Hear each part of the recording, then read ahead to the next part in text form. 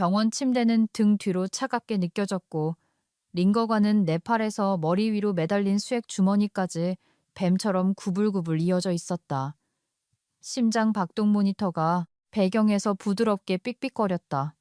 소독약의 무균실 냄새가 코끝을 찔렀고 지난 몇 주 동안 쌓여온 불안감과 뒤섞였다.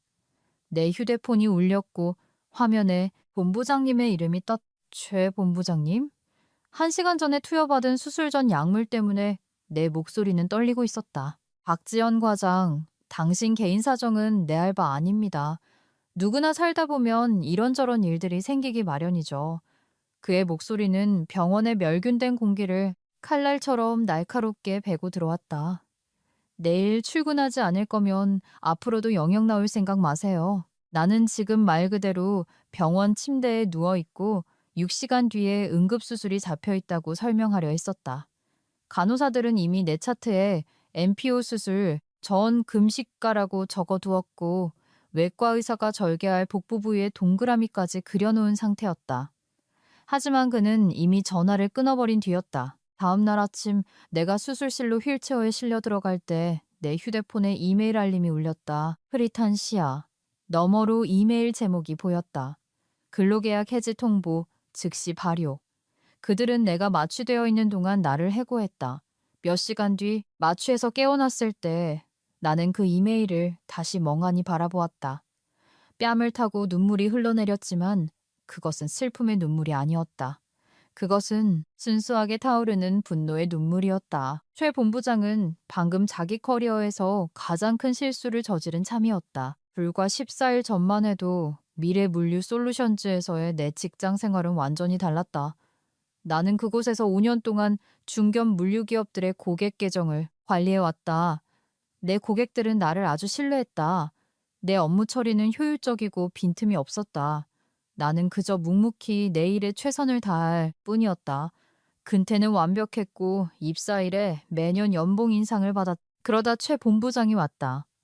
그는 강남의 대형 컨설팅 펌에서 스카우트 되어 온 인물로 마치 자기가 이 회사의 주인이라도 되는 양 가산 디지털 단지에 우리 소박한 사무실을 거드름 피우며 활보했다.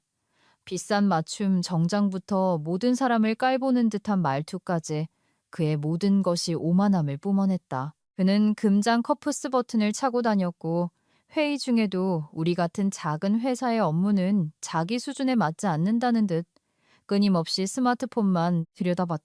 그와의 첫 회의에서 그는 내 고객 포트폴리오를 보더니 코웃음을 쳤다. 이 수치들도 뭐 나쁘진 않네요. 하지만 우리는 좀 더 스케일을 키워야 합니다, 박 과장.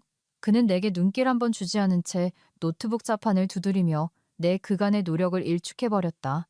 나는 그 분기의 고객, 유지율을 15%나 끌어올린 참이었다. 박 과장님은 리더십 제목은 아니신 것 같네요. 안 그래요? 그가 마침내 고개를 들며 지은 오만한 비웃음에 내 위가 꼬이는 듯했다. 그 말은 마치 내 뺨을 후려치는 것 같았다. 회의 테이블에 앉아있던 동료들이 불편한 기색으로 몸을 뒤척였지만 아무도 나서서 말하지 않았다. 그것이 앞으로 다가올 일에 대한 나의 첫 번째 경고 신호였어야 했다. 최 본부장은 입사한 지 고작 3일 만에 내가 자기 시간을 할애할 가치가 없는 사람이라고 단정 지어버렸다. 그 다음 주부터 그는 내 삶을 지옥으로 만들었다. 그는 불가능한 마감 기한이 적힌 프로젝트를 던져주고는 내가 구체적인 지시사항을 물어보면 기가 막힌다는 듯 행동했다. 내가 보내는 모든 이메일은 빨간 펜으로 낱낱이 난도질당했다. 내가 수년간 성공적으로 관리해온 고객과의 통화 내용조차 매번 의심받고 추궁당했다. 박 과장 보고서가 너무 엉망이잖아요. 그는 사무실에 모두가 들을 수 있도록 큰 소리로 비난했다.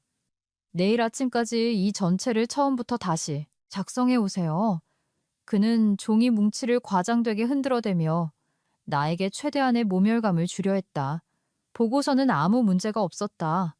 나는 3년째 같은 양식으로 보고해왔고 고객들은 항상 내 보고서의 꼼꼼함과 명확성을 칭찬해왔기 때문이다. 동료들은 나를 피하기 시작했다. 점심시간이 되면 그들은 최 본부장이 없는 틈을 탄에게 속삭이며 사과했다. 옆 파티션에 앉는 이진우 대리가 속삭였다. 과장님, 본부장님이 과장님만 타깃으로 삼아서 정말 죄송해요. 하지만 저희도 그 사람 눈밖에 날 순 없잖아요. 나는 인사팀장을 찾아가 최 본부장의 행동에 대해 면담을 요청했지만 그녀 역시 그를 두려워하는 눈치였다. 아직 새로 오신 분이잖아요. 인사팀장은 내 시선을 피하며 신경질적으로 말했다. 우리 회사 문화에 적응할 시간을 좀 줘보죠. 그녀가 책상 위 서류들을 뒤적일 때 그녀의 손이 미세하게 떨리고 있었다. 그러는 사이 나는 심각한 복통을 앓기 시작했다. 처음에는 최 본부장의 끊임없는 괴롭힘으로 인한 스트레스성 위경련이라고 생각했다. 그의 목소리를 들을 때마다 위장이 꽉 조여드는 것 같았다. 하지만 통증은 점점 더 심해졌고 특히 식사 후에 날카롭고 찌르는 듯한 고통이 찾아왔다. 나는 다음 주에 병원 예약을 잡았. 검사 결과를 확인하는 의사의 표정은 심각했다. 그녀의 표정만으로도 좋은 소식이 아님을 직감할 수 있었다. 의사는 컴퓨터 화면에 초음파 사진을 띄우고는 펜으로 몇 개의 어두운 반점들을 가리켰다. 박지연 환자분 담석증입니다. 큰 결석이 여러 개 있어요. 당장 다음 주 안에 응급수술을 잡아야 합니다. 가슴이 철렁 내려앉았다. 응급수술이라는 건 병가를 내야 한다는 뜻이었고 병가를 낸다는 건 최 본부장을 상대해야 한다는 의미였다. 생산성을 운운하며 자신의 융통성 없는 일정을 방해하는 모든 것을 노골적으로 혐오하던 그의 평소 협박들이 떠올랐다. 나는 곧장 회사로 차를 몰고 가 최 본부장의 방문을 두드렸다. 다른 직원들의 낡은 명패와 비교되는 그의 반짝이는 새 명패가 눈에 들어왔다. 병가 신청서를 제출하려고 합니다.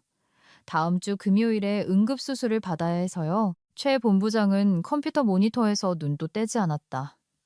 수술요? 무슨 수술? 그의 말투는 내가 핑계를 꾸며내고 있다는 듯 했다. 담석증입니다. 의사 선생님께서 미룰 수 없다고 하셨어요. 결석이 관을 막고 있어서요. 그는 의자의 등을 기대며 내가 재미없는 농담이라도 한 것처럼 실소를 터뜨렸다. 박 과장님, 지금 우리 팀 상황에 당신이 자리를 비우는 건 무리인 거 알잖아요. 분기 실적 평가 기간 한가운데라고요. 나는 인사팀 인트라넷에서 출력해온 병가 신청서를 꺼냈다. 이건 근로기준법에 보장된 권리입니다. 수술 날짜는 이미 잡혀 있습니다. 최 본부장의 눈매가 위험하게 좁혀졌다. 그럼 본인 고객사들을 커버해줄 사람을 직접 찾든가 아니면 수술 일정을 다시 생각해 보시죠. 일정을 다시 생각하라고?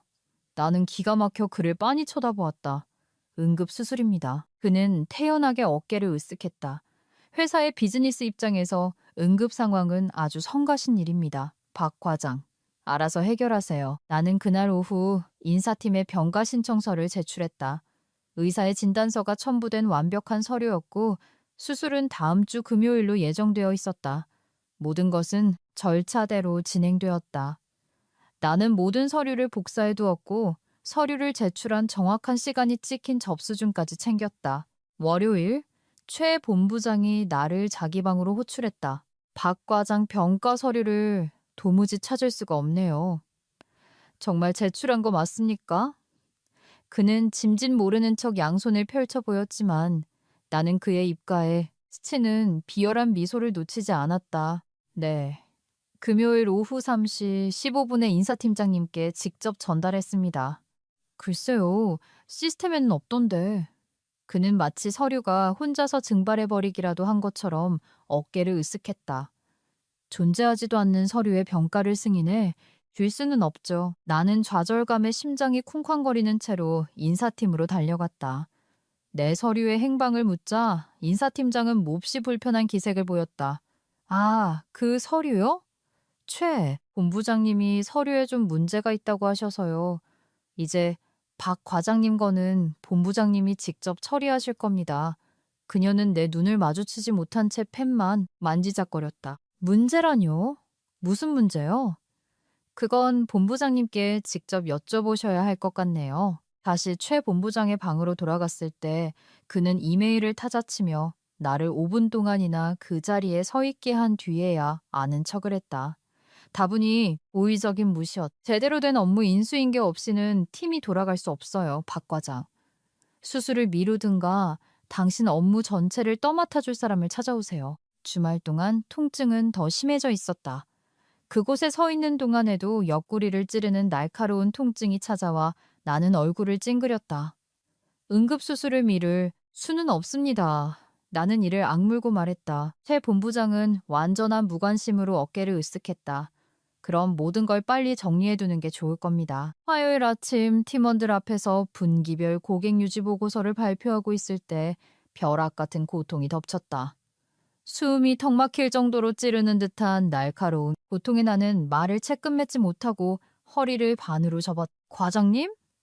이진우 대리가 의자에서 벌떡 일어났다. 괜찮으세요? 나는 말을 할 수가 없었다. 숨을 쉴 수조차 없을 만큼 엄청난 고통이었다. 시야의 검은 반점들이 춤을 추었고 나는 회의실 바닥에 쓰러졌다. 누군가 119에 전화를 걸었다. 구급대원들이 나를 들것에 싣는 동안 나는 최 본부장이 팀원들에게 하는 말을 들었다. 박 과장 없이 이 발표를 끝내야겠군요. 병원 응급실 의사는 내 초음파 사진을 보자마자 고개를 저었다. 당장 수술해야 합니다. 담석이 관을 꽉 막고 있어요. 내일 아침 첫 수술로 잡겠습니다. 나는 병원 침대에서 최 본부장에게 전화를 걸어 상황을 설명했다. 의사 선생님께서 내일 당장 응급수술을 해야 한답니다. 출근할 수 없습니다. 정말 불편한 타이밍이네요, 박 과장. 그의 목소리는 차가웠다. 팀에 대한 당신의 헌신이 이 정도밖에 안 된다니 실망스럽습니다. 그리고 그는 전화를 끊어버렸다. 10분 뒤 내 휴대폰에 최후 경고라는 제목의 이메일이 도착했다. 목요일 아침 나는 몽롱하고 혼란스러운 상태로 깨어났다. 수술은 예상보다 길어졌다. 복부는 붕대로 칭칭 감겨 있었고 마취 기운 때문에 모든 것이 몽롱했다. 간호사가 내 링거를 확인하고 있을 때 휴대폰이 울렸다. 환자분, 이거 제가 읽어드려도 될까요? 회사에서 무슨 이메일이 왔는데 반쯤 잠든 상태로 나는 고개를 끄덕였. 무단결근으로 인해 귀하의 고용이 즉시 해지됨을 통보합니다. 48시간 이내에 모든 회사 자산을 반납해 주시기 바랍니다. 라고 적혀 있네요. 간호사의 목소리가 흐려졌다. 세상에, 환자분. 수술받고 있는 동안 회사에서 해고를 한 건가요? 같은 병실을 쓰던 강 여사님이라는 연세. 지긋한 아주머니가 침대에서 몸을 일으켰다. 저기요, 본의 아니게 듣게 됐는데 제가 퇴직한 노무사이자 인사팀장 출신이거든요. 방금 말씀하신 상황 완전히 불법입니다. 수술 후의 몽롱함 속에서도 나는 희망의 불씨를 느꼈다. 법적으로 보호받는 병가를 냈다고 사람을 해고할 수는 없어요.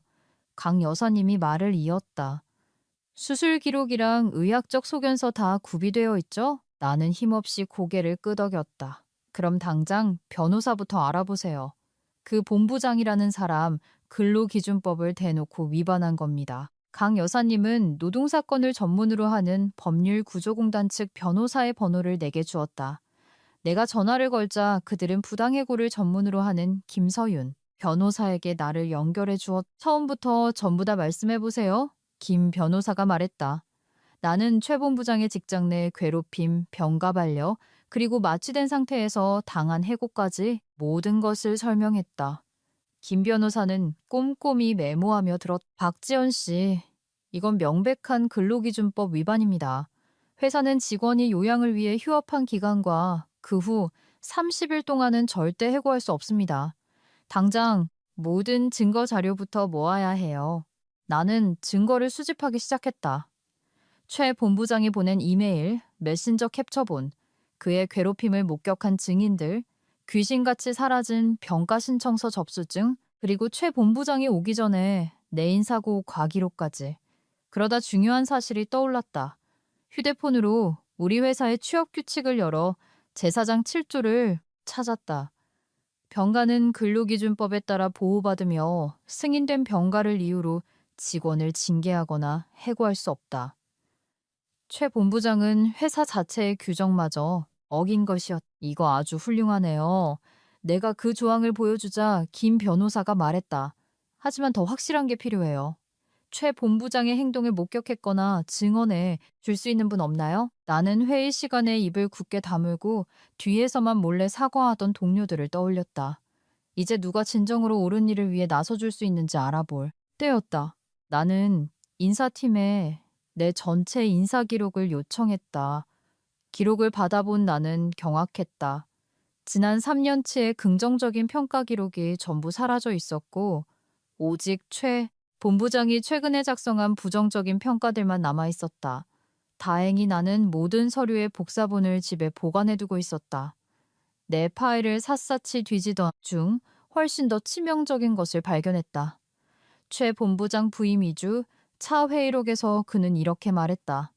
윗선에서는 이번 분기 말까지 불필요한 인력을 쳐내길 원합니다. 우리 부서도 더 효율적으로 구조조정을 해야 합니다. 또 다른 기억이 스쳤다. 내가 발표 중 쓰러졌을 때 최 본부장이 누군가에게 코멘트를 던지는 것을 들었다. 하지만 정확히 무슨 말을 했는지 기억나지 않았다. 나는 예전 짝꿍이었던 이진우 대리에게 전화를 걸었다. 이 대리님, 뭐 좀 물어볼 게 있어서요. 제가 회의 중에 쓰러져서 구급대원들한테 실려갔을 때 최 본부장이 무슨 말 했었나요? 긴 침묵이 흘렀다. 과장님, 저 진짜 이 말은 안 하는 게 좋을 것 같은데. 제발요, 이 대리님. 저 응급수술 받는 중에 해고당했어요. 본부장님이 일하기 싫어서 아주 핑계 좋게 빠져나가네 라고 했어요. 그러고는 웃었어요. 이 대리의 말을 받아 적는 내 손이 덜덜 떨렸다. 최 본부장은 내 응급수술을 좋은 핑계라고 불렀던 것이다. 이 대리님, 들은 내용 증언해 주실 수 있나요? 또다시 침묵이 흘렀다. 저 딸린 식구가 있어요, 과장님. 저까지 잘리면 안 돼요. 김 변호사는 월요일 아침 첫 번째 내용 증명을 발송했다. 우리는 즉각적인 복직, 미지급 임금, 그리고 직장 내 스트레스로 인한 의료비 보상을 요구했다. 미래물류 솔루션즈는 48시간 만에 판에 밝힌 거절 서한을 보내왔다. 박지연 씨는 정당한 경영상의 이유로 해고되었으며 당사는 귀하의 모든 혐의를 부인합니다. 하지만 그때 예상치 못한 일이 벌어졌다. 그날 저녁 모르는 지메일 계정으로부터 익명의 메일이 도착했다. 박 과장님, 제가 누군지 밝힐 수는 없지만 미래 물류 직원입니다. 최 본부장의 타깃은 과장님만이 아니었어요. 회계팀 윤서아 과장님과 고객만족팀 정유진 주임님을 찾아보세요. 두 분 다 지난 6개월 안에 회사에서 쫓겨났습니다. 그리고 이 이메일 주소 저장해 두세요. 나중에 더 드릴 정보가 있을지도 모릅니다. 익명의 동료 올림. 나는 즉시 링크드인과 블라인드에서 두 사람을 검색했다. 두 사람 모두 최근 6개월 내에 퇴사한 상태였다. 둘 다 최 본부장이 오기 전까지 수년간 회사를 다녔던 사람들이었다. 나는 내 상황을 설명하며 조심스럽게 대화를 요청하는 메시지를 보냈다. 윤서아 과장은 1시간 만에 답장을 보내왔다. 박 과장님, 누군가 최 본부장 건으로 총대 매주길 기다리고 있었어요. 내일 뵐 수 있을까요? 서아 과장과 나는 시내의 한 카페에서 만났다. 40대 초반의 그녀는 여전히 단정하고 프로페셔널한 모습이었다. 나를 보자마자 그녀의 얼굴은 안타까움으로 물들었다. 과장님 소식 들었어요. 그녀가 말했다. 최 본부장은 괴물이에요. 과장님은 무슨 일이 있으셨던 건가요? 내가 물었다. 서아 과장의 눈에 눈물이 고였다. 제가 임신 중이었는데 임신 중기에 합병증이 생겼어요. 의사 선생님이 2주 동안 절대 안정을 취하라고 하셨죠. 병가 신청서는 내셨고요. 당연하죠. 하지만 최 본부장은 급한 업무가 있다며 집으로 계속 전화를 걸어대고 출근하라고 닥달했어요. 의사 처방 때문에 침대에 누워 있어야 한다고 설명했더니 고작 임신, 가지고 유난 떤다고 하더군요. 내 위가 뒤틀리는 기분이었다. 그래서 어떻게 됐나요? 유산했어요? 서아 과장이 속삭였다. 최 본부장이 준 스트레스가 원인 중 하나였을 거라고. 의사가 그러더군요. 회사에 복귀하고 일주일 뒤 최 본부장은 어려운 시기 업무 태만이라는 이유로 제게 징계성 경고장을 줬어요. 사람과 싸울 힘도 없어서 그냥 사직서를 냈습니다. 나는 테이블 너머로 그녀의 손을 꼭 잡았다. 서아 과장님, 정말 유감입니다. 더 있어요. 그녀가 말을 이었다. CS팀 정유진 주임도 비슷한 일을 겪었어요. 유진 씨 어머님이 말기 암이셨는데 최 본부장이 간병하러 가는 유진 씨를 지독하게 괴롭혔거든요. 정유진 주임은 다음 날 우리와 만나기로 동의했다. 그녀의 이야기는 서하 과장의 이야기보다 훨씬 더 끔찍했다. 어머니가 말기 암이셨어요. 유진 씨가 떨리는 목소리로 설명했다. 회사에 8년을 다녔고 응급 상황이 아니면 결근한 적도 없었죠. 어머니 상태가 위독해지셔서 항암 치료 모시고 가려고 남녀 고용평등법에 따른 가족 돌봄 휴가를 신청했어요. 최 본부장이 승인해 줬나요? 내가 물었다. 그는 가족의 의무가 프로페셔널한 업무 책임을 방해해선 안 된다고 하더군요. 그리고는 제가 어머니 치료를 위해 휴가를 올려놓은 시간마다 족족 필수 참석 회의를 잡아버렸어요. 유진 씨는 휴대폰을 꺼내 최 본부장이 보낸 카카오톡 메시지를 보여주었다. 어머님 상황은 안타깝지만 회사가 정주임 개인 사정에 맞춰서 돌아갈 수는 없습니다. 어머니가 지난달에 돌아가셨어요. 유진 씨가 계속 말했다. 최 본부장은 제 경조 휴가, 청원 휴가, 신청을 반려했어요. 회사는 직계 가족의 상상에만 휴가를 주는데 엄밀히 말해 저는 입양아라 법적 친족 관계가 증명되지 않은 이 자격이 안 된다는 거였어요. 나는 그녀를 멍하니 쳐다보았다. 그건 완전히 미친 짓이고 불법이에요. 지금은 저도 알죠. 하지만 그땐 슬픔에 빠져서 정상적인 판단을 할 수가 없었어요. 어머니 장례식을 치른 다음 날 바로 사직서를 냈습니다. 서하 과장이 몸을 앞으로 기울였다. 유진 씨, 박 과장님께 그거 보여드려요. 유진 씨는 망설이다가 접힌 종이 한 장을 꺼냈다. 퇴사하기 전에 출력해둔 거예요. 최 본부장이 윗선 임원들에게 보낸 기한서입니다. 그 문서의 제목은 생산성 향상을 위한 근태관리 지침이었다. 그 문서에서 최 본부장은 이렇게 적어두었다. 의료적 사유로 인한 결근은 당사의 생산성 중심 문화를 저해함으로 가능한 한 최소화되어야 함. 서하 과장과 유진 주임의 증언을 확보한 김 변호사는 고용노동부와 국가인권위원회에 정식으로 진정서를 제출했다. 진정서에는 병가나 돌봄 휴가가 필요한 직원들을 향한 조직적이고 상습적인 차별 패턴이 상세히 적혀 있었다. 일주일 이내에 미래물류솔루션즈는 정부기관으로부터 공식적인 조사 통보를 받았다. 익명의 제보자를 통해 들은 바에 따르면 최 본부장은 길길이 날뛰었다고 한다. 그는 부사장과의 회의에 들이닥쳐 소리쳤다. 저는 제 할 일을 했을 뿐인데 억울하게 희생양이 될 수는 없습니다. 저 여자들은 그저 합의금이나 뜯어내려는 겁니다. 내 소식통에 따르면 최 본부장이 다른 2명의 임원이 있는 앞에서 그렇게 말했을 때 부사장의 얼굴이 하얗게 질렸다고 한다. 최 본부장은 지금 자기 상황이 얼마나 최악인지 전혀 인지하지 못하고 있어요. 내 익명 제보자가 메시지를 보냈다. 경영진은 패닉 상태입니다. 조사를 대비해 대형 로펌을 선임했어요. 조사가 시작되었다는 것은 미래물류가 내 사건과 관련된 모든 문서를 보존해야 한다는 뜻이었다. 더 이상 서류가 귀신같이 증발하는 일은 없을 것이다. 하지만 최 본부장은 아직 포기하지 않았다. 그날 오후 나는 그에게서 링크드인 메시지를 받았다. 당신 건드리면 안 될 사람을 건드렸어. 박지연. 이거 당신한테 절대 좋게 끝나지 않을 거야. 나는 즉시 그 메시지를 김 변호사에게 전달했다. 이건 명백한 증인, 협박이네요. 그녀가 말했다. 최 본부장이 우리한테 증거를 하나 더 쥐어줬군요. 내 이야기는 단순한 법적 공방을 넘어 퍼져나가기 시작했다. 악덕기업 문화를 취재하던 박동훈이라는 사회부 기자가 김 변호사에게 연락해 내가 익명으로 인터뷰할 의향이 있는지 물었다. 나와 미래물류의 실명을 기사에 쓰지 않는 조건으로 나는 동의했다. 응급수술로 마취된 상태에서 해고당했습니다. 나는 박 기자에게 말했다. 제 본부장은 저의 응급수술을 가리켜 일하기 싫어되는 좋은 핑계라고 부르더군요. 박 기자의 기사. 독성 경영이 불러온 숨겨진 대가는 포털에 게재되자마자 엄청난 화제를 불러일으켰다. 사람들은 이 기사를 블라인드, 링크드인, 트위터에 퍼날랐다.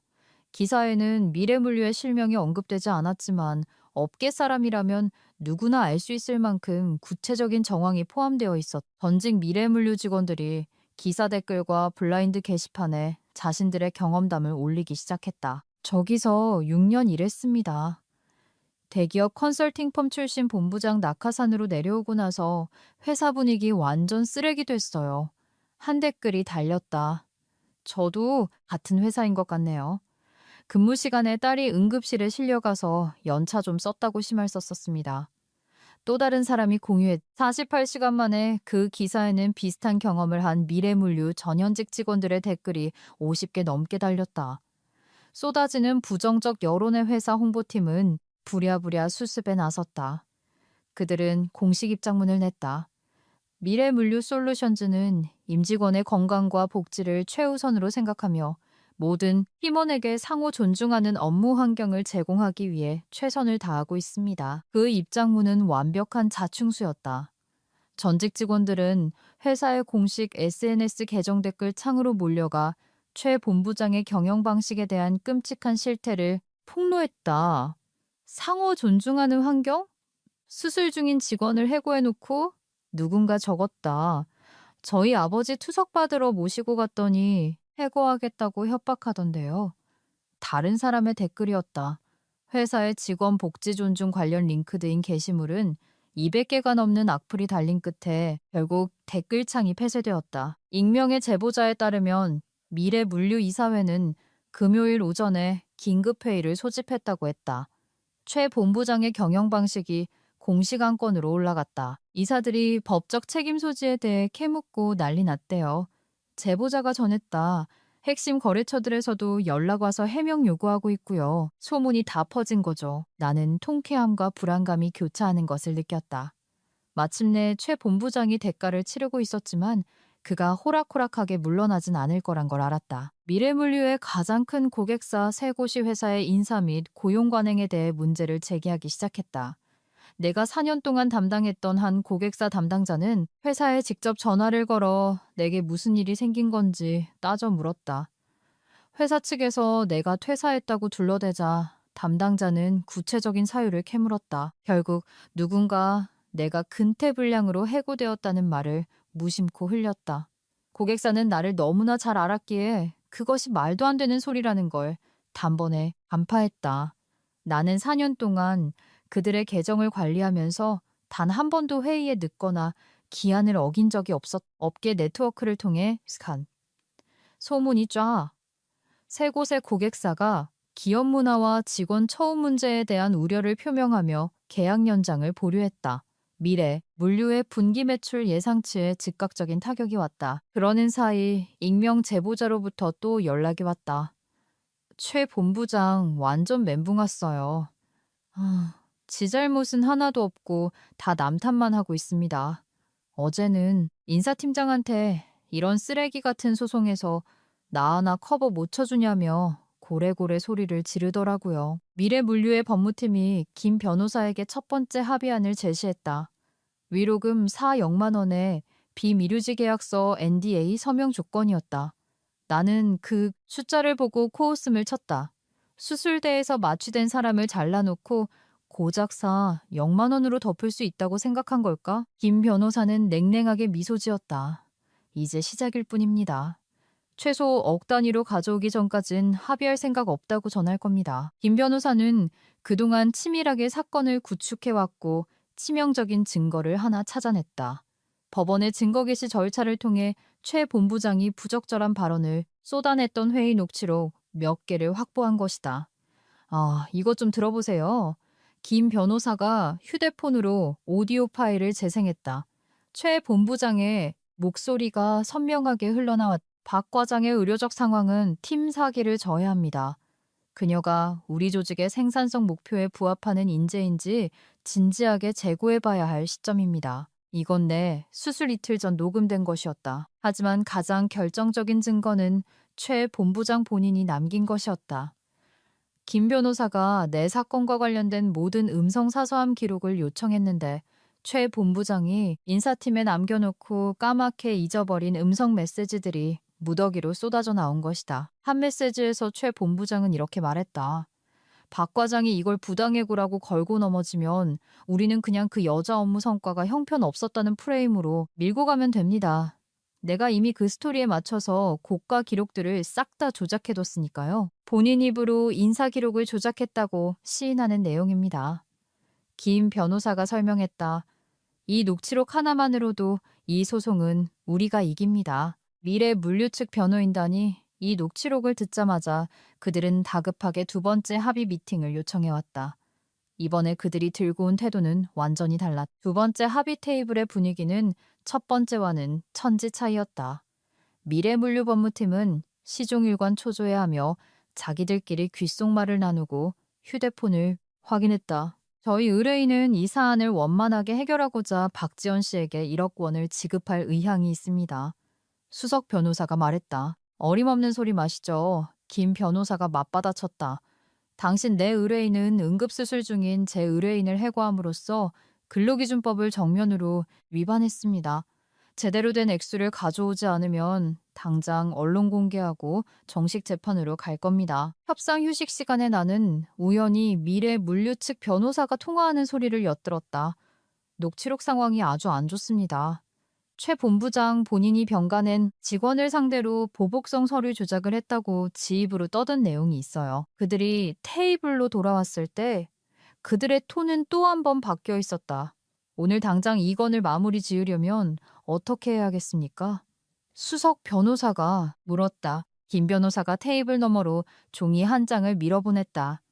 완전한 복직, 그간의 미지급 임금 전액, 징벌적 손해배상금 5억 원, 회사 차원의 과실을 인정하는 공식 사과문, 그리고 최 본부장의 즉각적인 파면입니다. 변호사들은 서로를 쳐다보았다. 의뢰인과 상의해 보겠습니다. 그날 저녁 익명의 제보자로부터 다급한 메시지가 왔다. 오늘 회사 완전 난리 났어요. 내일 이사회에서 최 본부장 거치 문제 논의한답니다. 이사들 다수가 최 본부장이 회사에 폭탄이 됐다고 난리도 아니에요. 이사회 결과에 대한 소식은 오래 기다릴 필요도 없었다. 제보자에 따르면 그것은 최 본부장에게 완벽한 재앙이었다. 자기는 회사 위에 그런 거니 지지받을 줄 알고 이사회장에 당당히 걸어 들어갔대요. 친구가 적었다. 근데 이 사진이 과장님 사건 증거물들을 얼굴에 집어던진 거죠. 녹취록, 링크드인 협박 메시지, 전부 다요.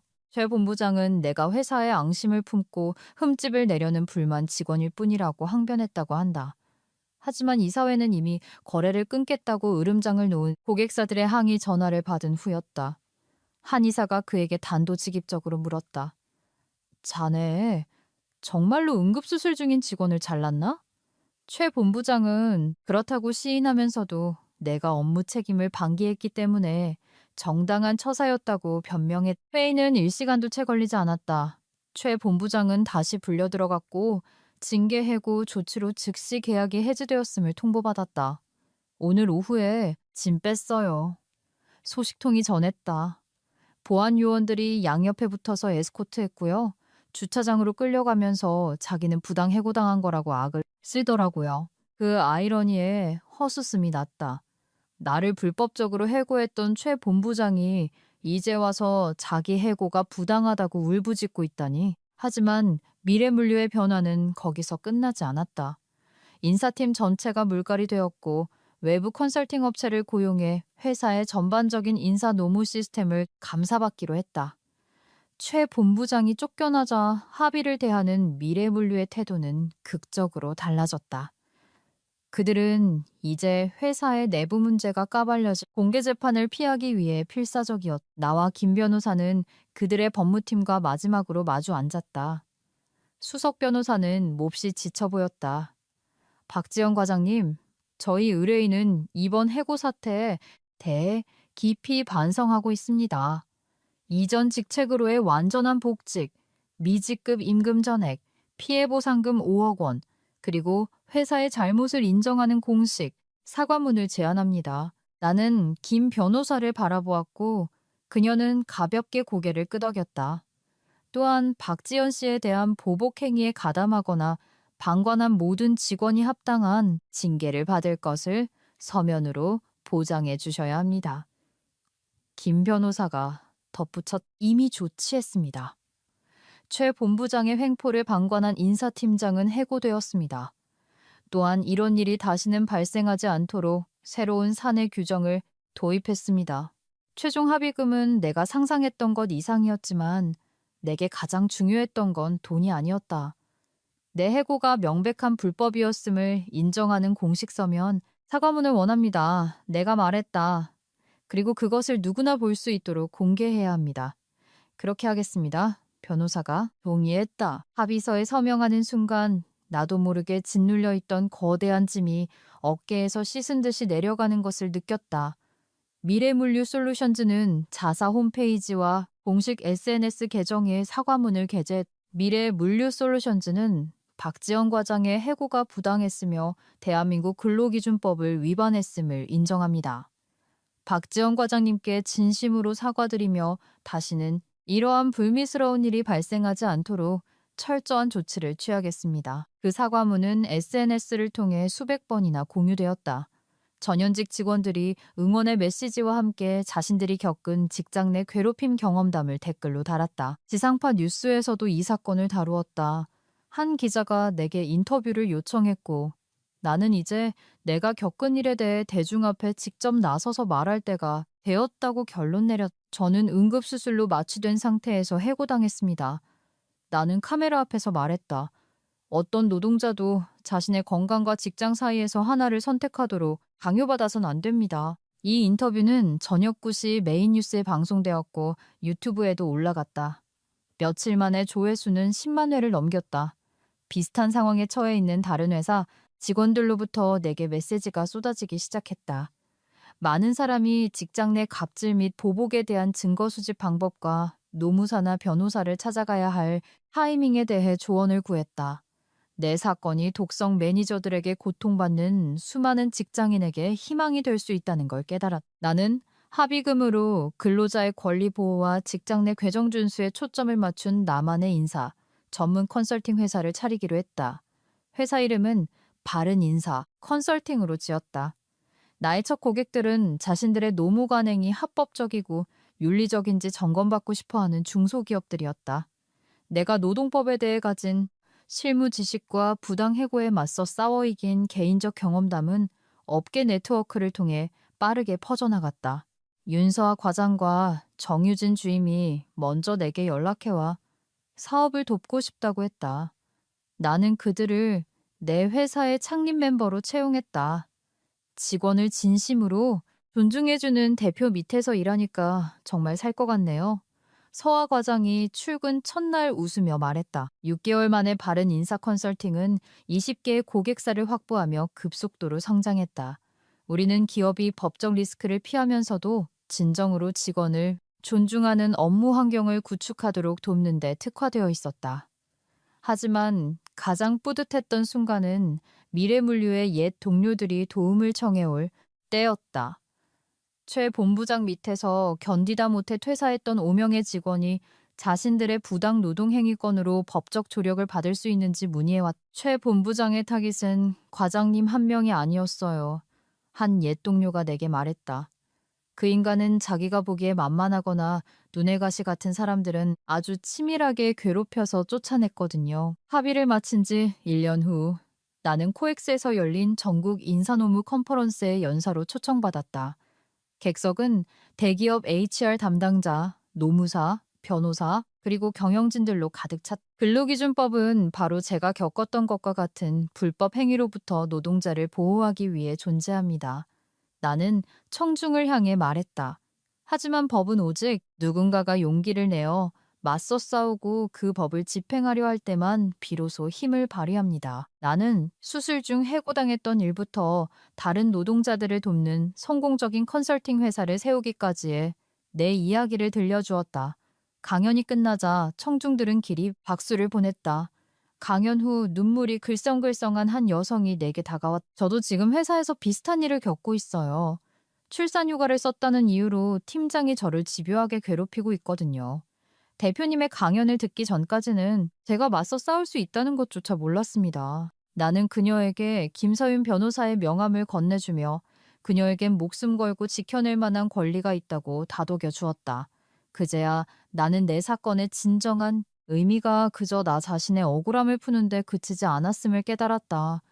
그것은 독성 매니저들의 불법적인 갑질을 그냥 참고 견딜 필요가 없다는 것을 대한민국 수많은 직장인에게 증명해 보인 것이었다. 업계 지인들을 통해 미래 물류에서 쫓겨난 최 본부장의 근황도 들을 수 있었다. 그는 어떻게든 다시 본부장급 자리를 구해보려 했지만 그의 악질적인 노무 관행에 대한 소문은 이미 업계에 파다했다. 면접 후 레퍼런스 체크 단계에서 기업들은 그가 연루된 소송과 끔찍한 부당해고 사건에 대한 이야기들을 속속들이 찾아냈다. 제정신 밝힌 회사라면 그런 꼬리표가 붙은 사람을 채용할 리 없었. 링크드인에 업데이트된 바에 따르면 그는 결국 원래 받던 연봉의 반도 안 되는 금액으로 이름 모를 작은 중소기업에 들어갔다고 했다. 하지만 거기서도 6개월을 채 못 버티고 또 쫓겨났다고 한다. 이제 이 바닥에서 그 인간을 써줄 곳은 아무데도 없어요. 한 옛 동료가 전해줬다. 그 사람이 과장님과 다른 직원들한테 무슨 짓을 했는지 모르는 사람이 없거든요. 나는 묘한 통쾌함과 함께 일말의 동정심마저 느꼈다. 최 본부장은 자신의 불법적이고 비윤리적인 오만함으로 자기 인생의 커리어를 완벽하게 박살내버린 것이다. 한편 미래 물류 솔루션즈는 경영 방식을 완전히 뜯어고쳤다. 직원 친화적인 복지 제도를 도입하고 직장 내 괴롭힘을 신고할 수 있는 다이렉트 핫라인을 여러 개 신설한 새로운 본부장이 부임했다. 경영진이 교체된 후 사직했던 옛 동료들 중 몇 명은 다시 미래 물류로 복귀하기도 했다. 내 수술 후 2년이 지난 어느 날 나는 다시 병원 병실을 찾았다. 하지만 이번에는 환자가 아니라 자원봉사자 신분이었다. 나는 질병이나 의료적 문제로 인해 직장에서 불이익을 당한 환자들을 찾아가 그들의 법적 권리를 상담해주는 무료 지원 프로그램을 운영하고 있었다. 수술받는 도중에 회사에서 잘리셨다고요? 한 환자가 믿을 수 없다는 듯 물었다. 네, 맞아요. 하지만 제가 끝까지 싸워서 이겼죠. 그리고 지금은 저 같은 일을 당한 분들이 똑같이 싸워 이길 수 있도록 돕고 있습니다. 바른 인사 컨설팅은 3개 지사에 50명의 직원을 둔 회사로 성장했다. 우리는 200개가 넘는 기업의 노무 시스템을 정상화했고 직장 내 갑질을 당한 수십 명의 노동자를 구제했다. 하지만 내게 가장 의미 있었던 순간은 예전 내 짝꿍이었던 이진우 대리가 연락해와 사과했을 때였다. 최 본부장이 과장님 괴롭힐 때 제가 나서서 막아드렸어야 했어요. 그가 말했다. 제 밥줄 끊길까봐 무서워서 숨었던 거 비겁한 변명이라는 거 압니다. 괜찮아요, 이 대리님. 부당한 일이라고 해서 모두가 자기 생계까지 걸면서 싸울 수는 없는 노릇이니까요. 그래서 노동자를 지켜줄 법이 변호사가 있는 거 아니겠어요? 그날 저녁 집으로 차를 몰고 돌아가며 나는 최 본부장이 수술 중이던 나를 해고했던 그 끔찍했던 날 이후로 얼마나 많은 것이 변했는지 생각해 보았다. 나는 그저 나 자신을 위해 싸워 이긴 것이 아니었다. 나는 대한민국 어딘가에서 제2의 제3의 박지연이 나올 수 없도록 쐐기를 박아 넣은 것이다.